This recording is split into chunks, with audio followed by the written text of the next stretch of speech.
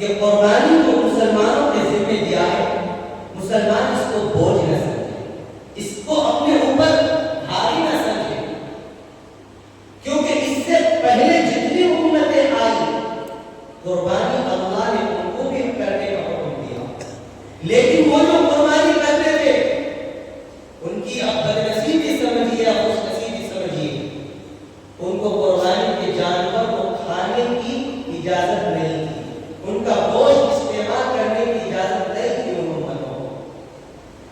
پہلے جتنی بھی قربانیاں ہوتی تھی کیا ہوتا تھا؟ قربانی کو اللہ کے راستے میں جانوروں کو ذبح کرو اور ایک میدان پر چھوڑ کر آ جاؤ، آسمان سے آگ آتی تھی اور جس جس کی قربانی کو وہ آگ جلا کر کے راکھ کر دیتی، سمجھ لو اس کا قربانی قبول، اور جس کے قربانی کو، جس کے جانور کو، جس کے صدقے کو وہ آگ نہ جلائے، سمجھ لو اس کو قربانی قبول نہیں۔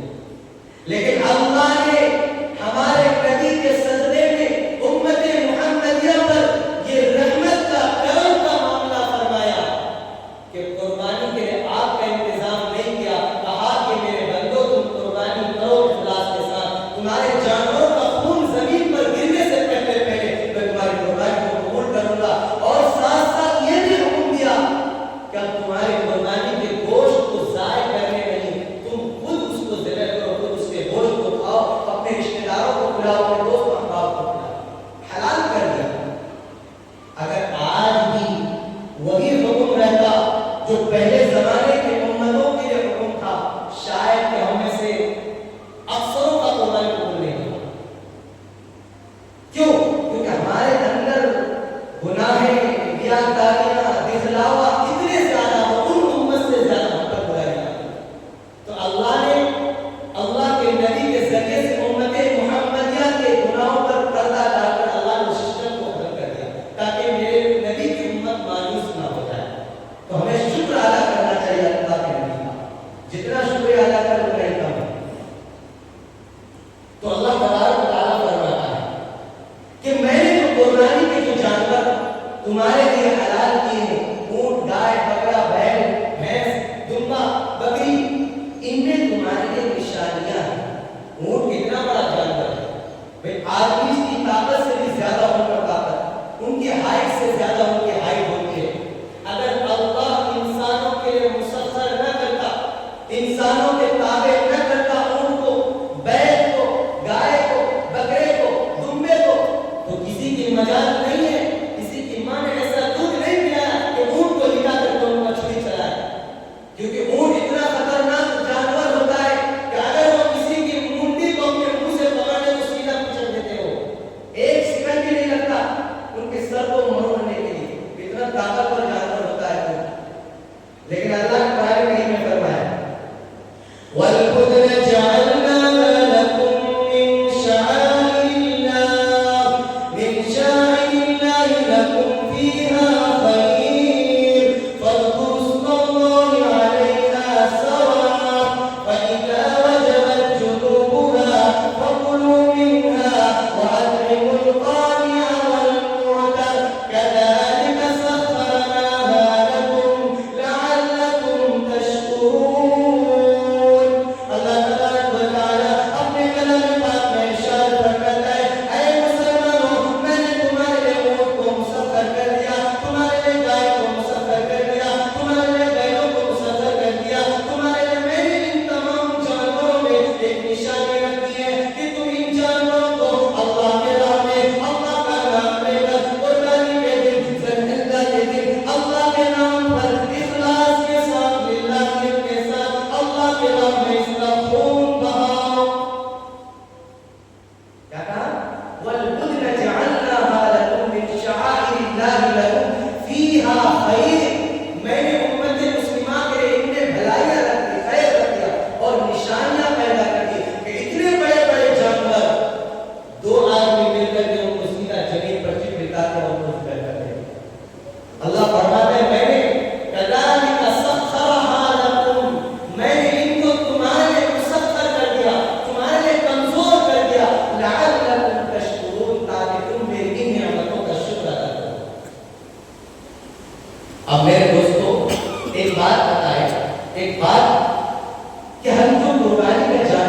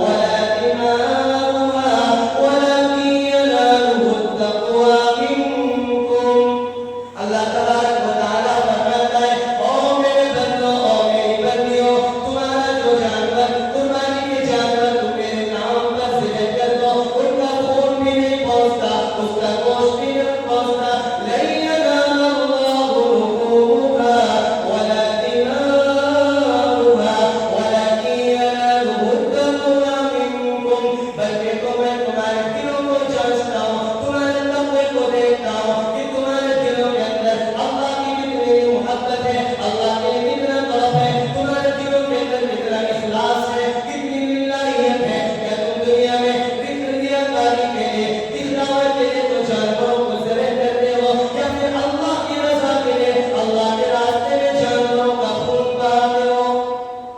اگر اللہ کی رضا کے لیے ہم جانوروں کا خون بہاتے ہیں تو اللہ فرماتا ہے کہ اس کا خون زمین پر ایک قطرہ پڑتا ہے، جو ہی اللہ فرماتا ہے اس کو قبول کر دیتا ہوں، اور ایسا قبول کرتا ہوں۔ اللہ کے نبی صلی اللہ علیہ وسلم کی مبارک حدیث ہے فَإِنَّهَا عَلَى الصِّرَاطِ مَتَايَاكُمْ، کہ جو جانور ہم قربانی میں ذبح کرتے ہیں، اللہ تبارک و تعالیٰ کل قیامت کے دن جب پل صراط کا وہ باریک پل، وہ راستہ جو تلوار کی دھار سے بھی زیادہ تیز، جو بال سے بھی زیادہ باریک ہوں گے، جو اندھیرا ہوگا، اس راستے میں اللہ تبارک و تعالیٰ یہ قربانی کا جانور لا کر کے ہمارے سامنے کھڑے کر دیں گے۔ جو جانور ہم نے اخلاص کے ساتھ، للہیت کے ساتھ ہم نے اللہ کے راہ میں قربانی کی ہے، یہ جانور کل قیامت کے دن پل صراط کے راستے میں ہماری سواری کا کام آئے، ہمیں اس پر بٹھا کر کے اللہ آسانی کے ساتھ پل صراط کا راستہ پار کر دے گا۔ یہ جانور کا بہت مقام ہے، بہت اونچا اور اعلیٰ مقام ہے، بہت عرفہ مقام ہے۔ اس لیے آج میں یہ بتا دینا چاہتا ہوں کہ جن کے پاس اتنی مال و دولت ہے کہ اگر ان پر زکات واجب ہے وہ قربانی کر سکتا ہے، تو وہ ضرور اللہ کے راستے میں قربانی کرے، اللہ کے راستے میں خون بہائے، کیونکہ اللہ کل قیامت کے دن یہی جانور ہمارے کام آئے گا۔ ایک واقعہ یاد آیا، ایک آدمی اپنے بکرے کو قربانی میں ذبح کیا، قربانی کے چند دنوں کے بعد وہ خواب میں دیکھ رہا ہے کہ ان کا بکرا جنت میں ٹہل رہا ہے، پل صراط کے راستے قریب ہے، اور اس کے بکرے کا ایک ٹانگ غائب ہے۔ بڑا پریشان ہوا کہ جب میں نے بکرے کو قربانی میں ذبح کیا تھا، بکرے کے چاروں ٹانگ سلامت تھی، لیکن یہ ٹانگ کہاں گئی؟ ارے اگر یہ ٹانگ سے لگا ہوگا تو کہیں لگاتے پل صراط کے راستے میں گر نہ جائے، پھر ہماری مشکل کھڑی ہو جائے گی۔ بہت پریشان ہوا، ہر بڑا کر کے بیدار ہوا، پوچھا کہ کیا ہو گیا؟ جو قربانی میں 20 دن گزر گئے، 10 دن گزر گئے، ہم نے خواب میں اپنے بکرے کو جنت کے پل صراط کے راستے میں ٹہلتے ہوئے دیکھا، بکرا صحیح سالم ہے، لیکن بکرے کی ٹانگ غائب ہو، ٹانگ نہیں ملی۔ اگر یہ ٹانگ سے لگا ہوگا تو کہیں ہمارا نقصان نہ ہو جائے، کہیں ہم پل صراط میں گر نہ جائے، ہمارے بکرے لے کر ہمارا ستیہ ناش ہو جائے۔ اپنی بیگم کو، اپنی بیوی کو واقعہ سنایا، ایسا ایسا میں نے رات کو خواب دیکھا ہے، مسئلہ بڑا گہرا ہے، وہ ایک بکرے کا ٹانگ گیا تھا، جبکہ ہم نے جو بکرا ذبح کیا تھا وہ صحیح ثابت تھا۔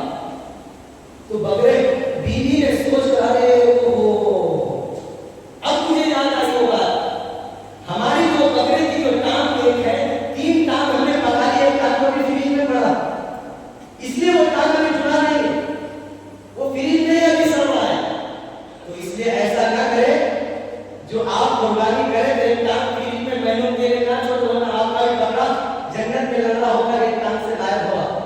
تو آپ جو قربانی کرتے ہیں اس میں جو ہے آپ کا بھی حق ہے، آپ کے رشتہ داروں کا بھی حق ہے، آپ کے پڑوسیوں کا بھی حق ہے، غریبوں کا بھی حق ہے، مسکینوں کا بھی حق ہے، سب کو قربانی کا گوشت تھوڑا تھوڑا کھلاؤ، ورنہ اس آدمی کی طرف ایک ٹانگ آپ کا غائب ہو جائے گا، تو یہ میں نے سمجھانے کے لیے کہا آپ لوگوں کو۔ اللہ تبارک و تعالیٰ نے قربانی بڑا اہم عبادت ہے، اور اس عبادت کا سلسلہ کہاں سے شروع ہوا؟ حضرت آدم علیہ السلام کے جو 2 بیٹے تھے، مختصر عرض کرتا ہوں، وقت نہیں ہے، ایک کا نام قابل اور ایک کا نام ہابیل، دونوں کسی بات پر لڑ گئے ایک لڑکی کے لیے، تو باپ نے فیصلہ کیا کہ دونوں قربانی پیش کرو، جن کی قربانی پہ قبول ہوگی وہ اس لڑکی سے شادی کر لے گا۔ دونوں بچے ایک بیٹے کی قربانی قبول ہوئی اور ایک کی قبول نہیں. حابیل کی قربانی قبول ہوئی، قابل کی قبول نہیں. تو قابل نے کیا اپنے بھائی کو قتل کر دیا، اور قتل کا سلسلہ وہیں سے شروع ہوا. انسانوں میں سب سے پہلا قتل جو ہوا، جو حابیل نے قابل کو اپنے بھائی کو قتل کیا، سب سے پہلا قتل دنیا میں انسانوں کا ہوا. اس سے پہلے کوئی قتل نہیں ہوا. وہاں سے قربانی شروع ہوئی، جس کو اللہ نے قرآن میں فرمایا. اللہ تبارک و تعالی نے فرمایا کہ جب حابیل اور قابل نے دونوں بچے نے قربانی اللہ کے راستے میں کی، اس میں سے ایک کا قربانی قبول ہوا اور ایک کا نہیں ہوا. اور اللہ تبارک و تعالی نے سلسلہ جاری کرتے کرتے حضرت ابراہیم علیہ السلام تک آیا. اس کی تفصیل تو لمبی ہے، لیکن میں شارٹ میں آپ کو سمجھا دیتا ہوں اصل چیز بتانے کے لیے. حضرت ابراہیم علیہ السلام کہ وہ چہیتے اور لاڈلے بیٹے سیدنا اسماعیل ذبیح اللہ اسماعیل علیہ السلام جب پیدا ہوئے، ایک تو 80 سال کی عمر میں باپ نے مانگ کر کے لیا. اس کا بڑا دردناک واقعہ ہے، بڑا دل کو چھونے والا واقعہ ہے، لیکن اس کی داستان میں نہ جاتے ہوئے اللہ تبارک و تعالی نے جب اسماعیل علیہ السلام پیدا ہوئے، حضرت ابراہیم اور حضرت اسماعیل علیہ السلام کا اصل وطن جو ہے وہ اصل وطن ان کا فلسطین کا ہے. اللہ نے حکم دیا کہ آپ اپنے بچے کو اور اپنی بیوی کو لے کر ایک ایسے مقام پر جاؤ جہاں کوئی کھانے کا نظم ہو، نہ پینے کا نظم ہو، جہاں پانی کا بھی انتظام نہ ہو. چنانچہ اللہ تبارک و تعالی نے وہ حکم دیا، حضرت ابراہیم علیہ السلام اپنے بیٹے اور اپنی بیوی بچوں کو لا کر کے چھوڑ دیا مکہ کی سرزمین پر. چند کھجوریں، کچھ پانی دیا، چند دن کھائے، پانی ختم. ماں کیونکہ عرب کی جو گرمی ہوتی موسم کی جو ہے اور عمرہ میں گئے ان کو معلوم ہے کہ اتنی سخت گرمی ہوتی. ماں آپ خالی پیر روڈ پر نہیں رکھ سکتے، آپ کے کھال جل جائیں گے، اتنی گرم ہوتی ہو، پاؤں میں چھالے پڑ جاتے ہیں، ایسی گرمی ہوتی ہو. اس گرمی میں پانی ختم، کھانا ختم، سب کچھ ختم. حضرت ابراہیم علیہ السلام اپنے بچے کے لیے پانی کے لیے توڑتی ہے، بلکتی ہے، کبھی صفا کبھی مروہ کے چکر لگاتی ہے. جس کو قرآن میں فرمایا ہے ان الصفا والمروہ من شعائر اللہ فمن حج البیت او اعتمر فلا جناح علیہ.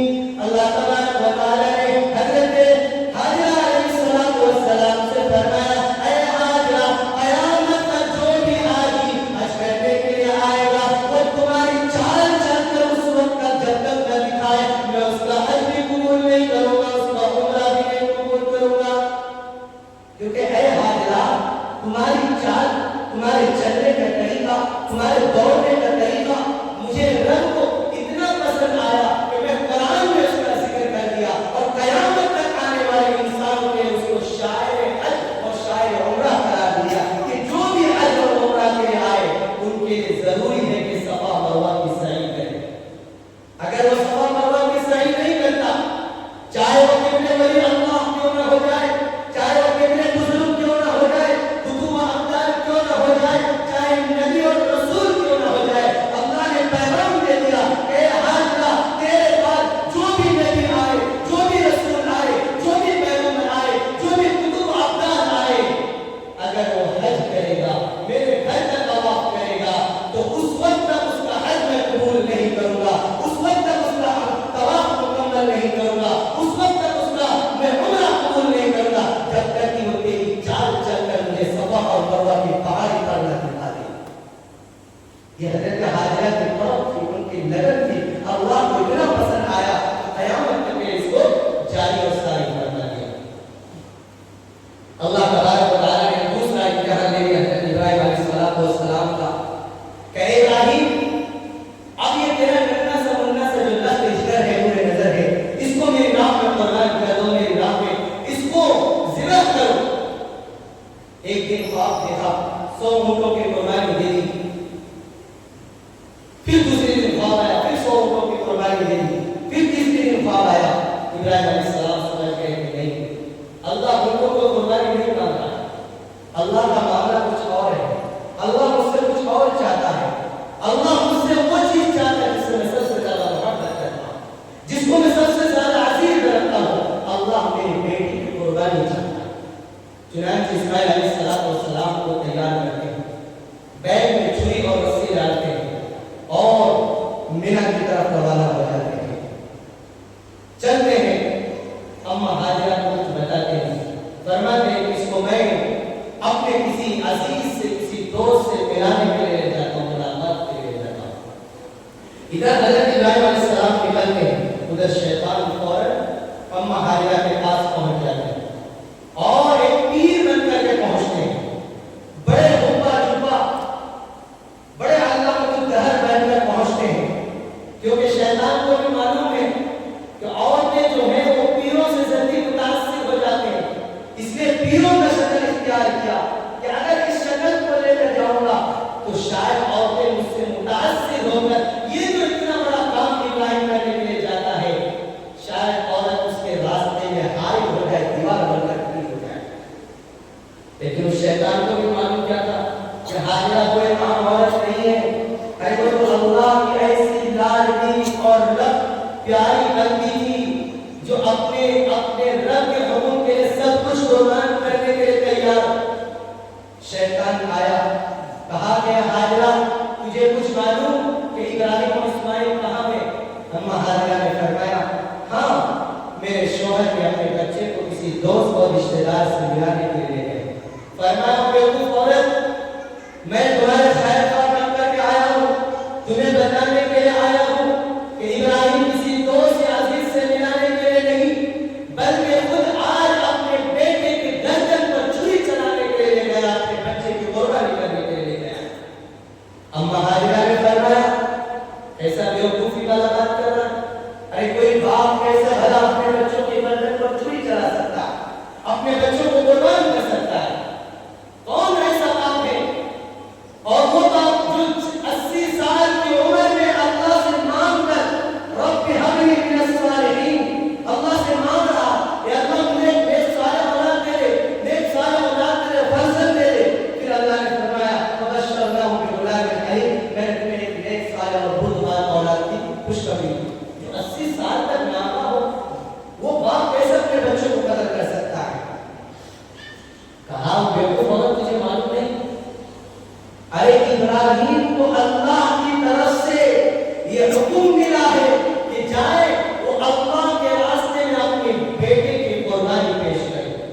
جب شیطان نے اس بزرگ پیر صاحب نے کہا کہ اللہ کی طرف سے حکم آیا، اما ہاجرہ فوراً سمجھ جاتی ہے، فرماتی ہے قسم میرے رب ذوالجلال کی جس کے قبضے میں میری جان ہے، اگر ابراہیم میرے شوہر مجھے یہ بتا کر جاتی کہ میں اللہ کے راستے میں اپنے بیٹے کی قربانی دینے کے لیے جا رہا ہوں، قسم اللہ کی او شیطان سن لے، میں ماں اپنے بچے کے ہاتھ کو پکڑ کر کے اپنے دامن کو پھیلا کر کے اپنے رب سے دعا کرتی کہ اللہ تو نے جو حکم دیا ہے، میرے شوہر جس حکم کی تعمیل کر رہا ہے، کہ اللہ میرے بچے کی قربانی کو اپنے راہ میں قبول فرما لے۔ اور شیطان تمہیں کمزور سمجھتا ہے کہ میں اللہ کے راستے میں حائل ہو جاؤں، میں اللہ کے راستے میں اللہ کے حکم میں رکاوٹ پیدا کروں۔ اور ابراہیم تو نے کتنا بڑا غلط کام کر دیا، کاش کہ تم مجھے بتا کر لے جاتے تو میں بھی تیرے ساتھ چلتی، تم نے مجھے عورت ذات سمجھ کر، کمزور سمجھ کر تم نے مجھے بتایا نہیں، کاش کہ تم مجھے بچاتی تو میں اپنے بچے کے لیے، اپنے ننھے منڈے کے لیے دعائیں کرتی کہ اللہ میرے اس بچے کی قربانی کو اپنے راہ میں قبول فرمائے۔ شیطان وہاں سے مایوس ہو جاتا ہے، کہا یہ ہماری بات کرنے والی نہیں، سیدھا حضرت اسماعیل کے پاس پہنچ گئے۔ کہا اسماعیل تجھے معلوم ہے تو کہاں جا رہا ہے؟ کہا تمہارے ابا کسی دوست سے ملانے کے لیے لے کے جا رہا ہے۔ کہا نہیں، تمہارے ابا تمہارے قتل کرنے کے لیے ان کے بیگ میں چھری بھی ہے اور رسی بھی ہے۔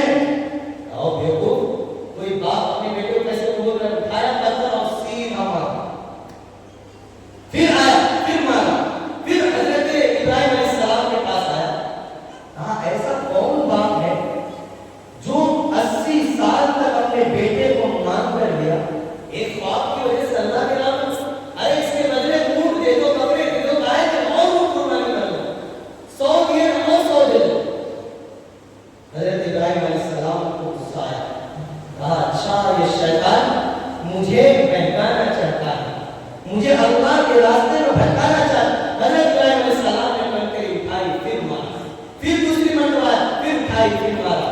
تو 3 جگہ پر ابراہیم علیہ السلام اور اسماعیل علیہ السلام نے کنکری جو ماری ہے شیطان کو، وہی رمی جمار آج بھی حجاج اکرام حاجی لوگ جا کر کے شیطان کو مارتے ہیں۔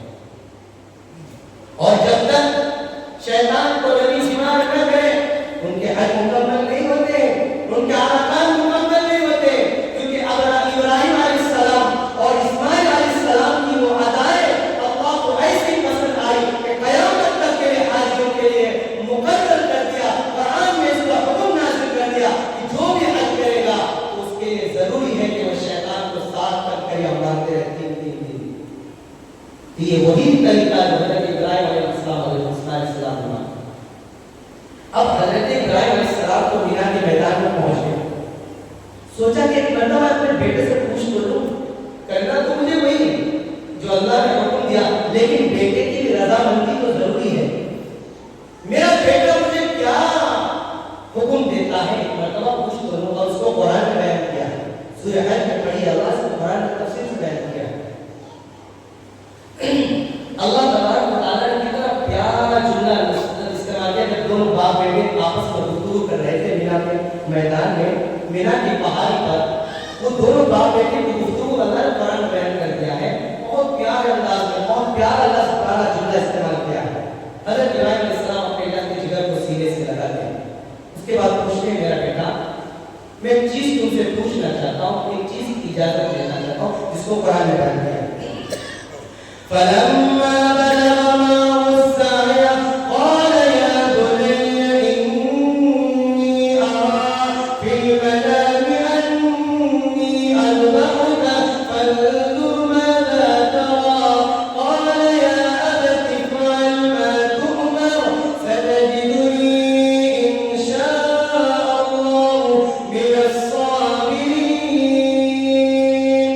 جب ابراہیم علیہ السلام نے اپنے نور نظر، اپنے رہتے جگر حضرت اسماعیل علیہ السلام نے پوچھا، او میرے نور نظر، او میرے رہتے جگر، او میرے پیارے بچے، او میرے کلیجے کے ٹھنڈک، او میری آنکھوں کا تارے، او میری آنکھوں کے نور، آج میں تم سے اجازت لینا چاہتا ہوں۔ فَلَمَّا بَلَغَ مَعَهُ السَّعْيَ قَالَ يَا بُنَيَّ إِنِّي أَرَىٰ، او میرے بیٹے میں نے خواب دیکھا ہے کہ اللہ کے راستے میں تمہیں ذبح کرتا ہوں، اللہ کے راستے میں تمہاری قربانی پیش کرتا ہوں، تمہاری کیا رائے ہے تمہیں بتا دو۔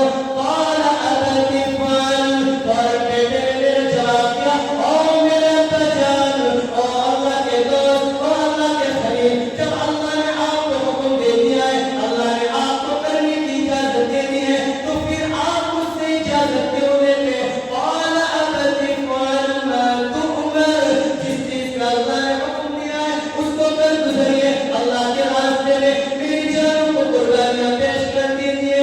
ستجدنی ان شاء اللہ من الصابرین۔ اللہ کے نبی حضرت اسماعیل علیہ السلام نے ارشاد فرمایا، او میرے ابا جان، او خلیل اللہ، او اللہ کے دوست، انشاءاللہ تعالی آپ مجھے صابرین میں سے، شاکرین میں سے پائیں گے۔ آپ کے سامنے میں اللہ کے حکم کو تعمیل کرنے کے لیے اف بھی نہیں کروں گا۔ اور میرے ابا جلدی کیجیے، کہیں دیر نہ ہو جائے، کہیں اللہ اپنا حکم واپس نہ لے۔ ستجدنی ان شاء اللہ من الصابرین۔ اور میں نے پوری امت کے لیے پیغام دے دیا کہ جب اللہ کا حکم آ جائے، اللہ کی اطاعت کرنے کی باری آ جائے، تم اللہ کے راستے میں ساری چیزوں کو قربان کر دو، اس پر صبر کر لو، شکر ادا کر لو، اللہ تمہیں بہتر عطا فرمائیں گے۔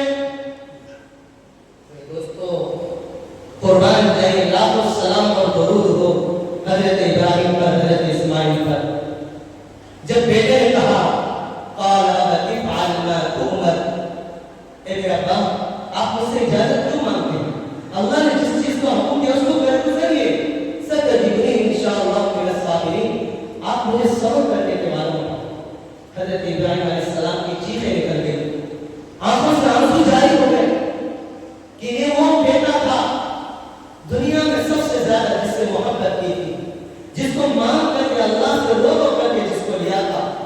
سے بہت ساری امیدیں تھیں. ابراہیم علیہ السلام کو یہ آرزو تمنا تھی کہ میرے بعد میرے بیٹے میرے باپ کو سنبھالیں گے. وہی بیٹے کو آج اللہ کے راستے میں قربان کرنے کے لیے جا رہے ہیں. فرمایا ابا جان مجھے قربان کرنے سے پہلے آپ اپنی آنکھوں پر بھی پٹی باندھ لیجیے, میرے آنکھوں پر بھی پٹی باندھ لیجیے, تاکہ باپ بیٹے کی آنکھ نظر سے نظر نہ ملے. اگر نظر سے نظر مل جائے گی کہیں باپ بیٹے کی محبت اللہ کے حکم کی تعمیل میں آڑ نہ آ جائے. اس لیے میں چاہتا ہوں کہ ایک کام یہ کریے, میری آنکھوں پر بھی پٹی ہو اور آپ کے آنکھوں پر بھی پٹی ہو, تاکہ ہم دونوں باپ بیٹے کی نظر نہ ملے, محبت کدھر ہے اور بیٹے کی محبت جوش نہ آئے, کہ اللہ کے حکم کو تعمیل کرنے سے آپ کا ہاتھ رک جائے. اس لیے ابا جان میرے آنکھوں پر پٹی باندھ دیجیے اور آپ کے آنکھوں پر بھی پٹی باندھ دیجیے. چنانچہ ابراہیم علیہ السلام پٹی باندھ دیتے ہیں اور حضرت اسماعیل علیہ السلام کو بولتا لٹاتے ہیں اور بالوں کو یوں پکڑ کر کے چھری چلاتے ہیں, لیکن چھری چلتی نہیں. ابا جان زور سے چلائیے. بیٹا پوری طاقت لگا ہوا ہے, چھری چل رہی. غصے میں آ کر حضرت اسماعیل علیہ السلام چھری کو زمین پر پکڑ دیتے ہیں کہ تمہیں کیا ہو گیا, تم پڑھتے کیوں نہیں؟ چھری سے آواز آتی. اللہ نے چھری کو قوت گویائی دیتے ہیں کہ ابراہیم تو کہہ رہا ہے کاٹ, رب کہہ رہا ہے اگر تم نے ایک بال بھی کاٹ دیا اسماعیل کو تو قیامت میں ہمیشہ کے لیے جہنم کے آگ میں پھینک دے گا. اب ابراہیم تو ہی بتا تیری مانو یا رب کی مانو. رب کہہ رہا ہے ایک بال میں خروش بھی نہیں آنا چاہیے اور تو کہہ رہا ہے کاٹ. اسماعیل علیہ السلام نے کہا ابا جان ایسے کام نہیں چلے گا, آپ میری آنکھوں کی پٹی کھول دیجیے, آپ اپنی آنکھوں کی بھی پٹی کھول دیجیے, آپ میرے سینے پر گھٹنے رکھ دیجیے اور پھر چھری چلائیے, تاکہ باپ اور بیٹے کی نگاہوں سے نگاہیں ملتی رہے, عشق و محبت بھی جاری رہے اور اللہ کے راستے میں قربانیاں دی جائے. شاید اللہ کو یہ منظور ہو کہ ہم دونوں کی نگاہیں بھی ملتی رہے اور ہم اللہ کے راستے میں قربانی ہوتے جائیں. چنانچہ حضرت ابراہیم علیہ السلام نے اپنے بیٹے کو اللہ کے راستے میں قربان کرنے کے لیے اپنے بیٹے کو پھر چھری ڈالتے ہیں. لٹانے کے بعد گھٹنے کو اپنے بیٹے کے سینے پر رکھ کر کے چھری چلاتے ہیں, لیکن چھری چلتی نہیں. چھری چلاتے ہیں لیکن چھری چلتی نہیں. اللہ کی طرف سے آواز آتی ہے قد صدقت الرؤيا إنا كذلك نجزي المحسنين. او میرے خلیل, او میرے دوست, تو نے میرے حکم کو تعمیل کر دیا, تو نے میرے حکم کو پورا کر دیا. اور ابراہیم جس چیز کا میں نے تم سے امتحان لیا تو نے اس پر سچا اور صادق اترا. قد صدقت الرؤيا إنا كذلك نجزي المحسنين. ہم بھلائی کرنے والوں کو اسی طرح بدلہ دیتے. آسمان سے آواز آئی اے ابراہیم, اے میرے ابراہیم. جبرائیل علیہ السلام کو حکم ہوتا ہے اور جبرائیل جلدی جاؤ, میرا نبی تو پڑا اپنے بچوں کو قربان کرنے کے لیے, وہاں ان کے بچے کی جگہ یہ جنت کا میلہ رکھ دو اور اپنے بیٹے کو وہاں سے کھینچ کر باہر نکال دو.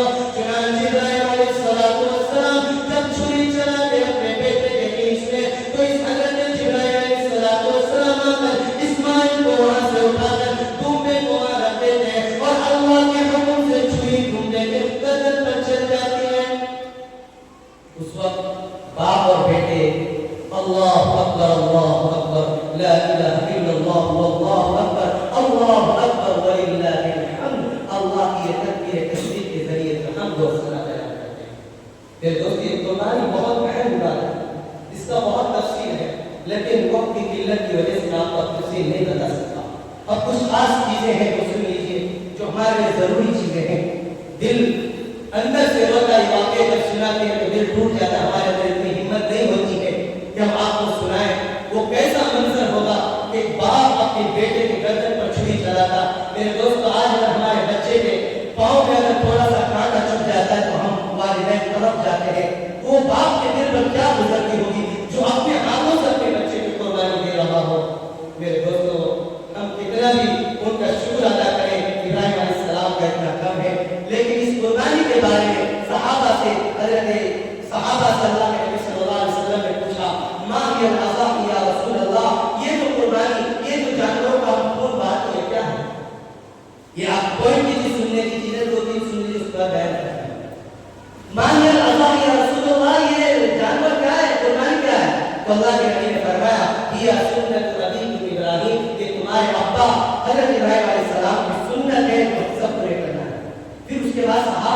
یہ سوال کرتے مالا نفیہا ہمیں اس میں کیا ملے گا؟ تو اللہ کے نبی نے فرمایا لِكُلِّ شَعْرَةٍ حَسَنَةٍ قربانی کے جانور کے ہر بال کے بدلے میں جسم پر جو ہم بکرا بیل بھینس جو بھی ذبح کرتے ہیں ان کے جسم پر جو بال ہوتے ہیں اللہ کے نبی کی حدیث ہے صحیح حدیث ہے لِكُلِّ شَعْرَةٍ حَسَنَةٍ جسم پر جو جانور کے بال ہوتے ہیں اس کے ہر بال کے بدلے میں ایک بال کے بدلے میں اللہ اس قربانی کرنے والوں کو ایک ایک عطا فرمائے گا۔ اب بتاؤ کتنی قیمتی دولت اللہ ہمیں قربانی ہے۔ تو اس لیے جو حضرات صاحب استطاعت ہے قربانی دینا ہے وہ ضرور اللہ کے راستے میں قربانی دے۔ اللہ کے نبی نے بہت بڑی فضیلت بیان کی اور استطاعت کے باوجود جو قربانی نہ کرے اس کے لیے بڑی سخت وعید بھی ہے۔ اللہ کے نبی کی حدیث سن لیجیے من وجد ساعة فلم يزاحي فلا يقربن مصلى جو آدمی مالدار ہو مال و دولت ہو وہ اللہ کے راستے میں پھر بھی قربانی نہ کرتا ہو تو اللہ کے نبی نے فرمایا کہ اس کے لیے پھر یہ جائز نہیں ہے کہ وہ مسلمانوں کی خوشی میں نماز پڑھنے کے لیے عیدگاہ کے قریب جائے۔ من وجد ساعة فلم يزاحي فلا يقربن ایسے آدمی کو دور کر دو جو استطاعت کے باوجود بھی قربانی نہیں کرتا اللہ کے راستے میں۔ بہت سے بیوقوف کیا کرتا ہے چلو غریبوں کا حق ہے ہم قربانی کے جانوروں کے بدلے صدقہ کر دیتے ہیں۔ میرے دوستو یہ صدقہ اتنا کچھ نہیں چلتا اس وقت۔ اللہ کے نبی نے فرمایا 10 ذی الحجہ کے دن اللہ کے نزدیک سب سے زیادہ محبوب عمل وہ ہے جو اللہ کے راستے میں جانوروں کا خون بہایا جائے، اس سے زیادہ کوئی محبوب عمل نہیں۔ اس لیے یہ ذہن سے نکال لیجیے اگر آپ کو اللہ نے روپیہ مال و دولت دیا ہے تو قربانی ضرور کیجیے، خود بھی کھائیے اور دوست احباب کو سنائیے۔ اور ایک چیز ضروری بات یہ ہے کہ 9 تاریخ جو عرفات کی 9ویں تاریخ ہوتی ہے اس کی فجر سے لے کر 13ویں تاریخ کے اثر تک ایام تشریق مردوں کے بلند آواز سے ہم لوگ کیا کرتے ہیں اللہ نہیں رہے بلند آواز سے مردوں کے پڑھنا ایک مرتبہ اور عورتوں کے ہمارے ایک مرتبہ آہستہ پڑھنا ان کے لیے واجب ہے۔ اس لیے ہم لوگ 9 تاریخ سے انشاءاللہ اس چیز کو پڑھیں گے جو چیزیں انشاءاللہ وقت میں بتا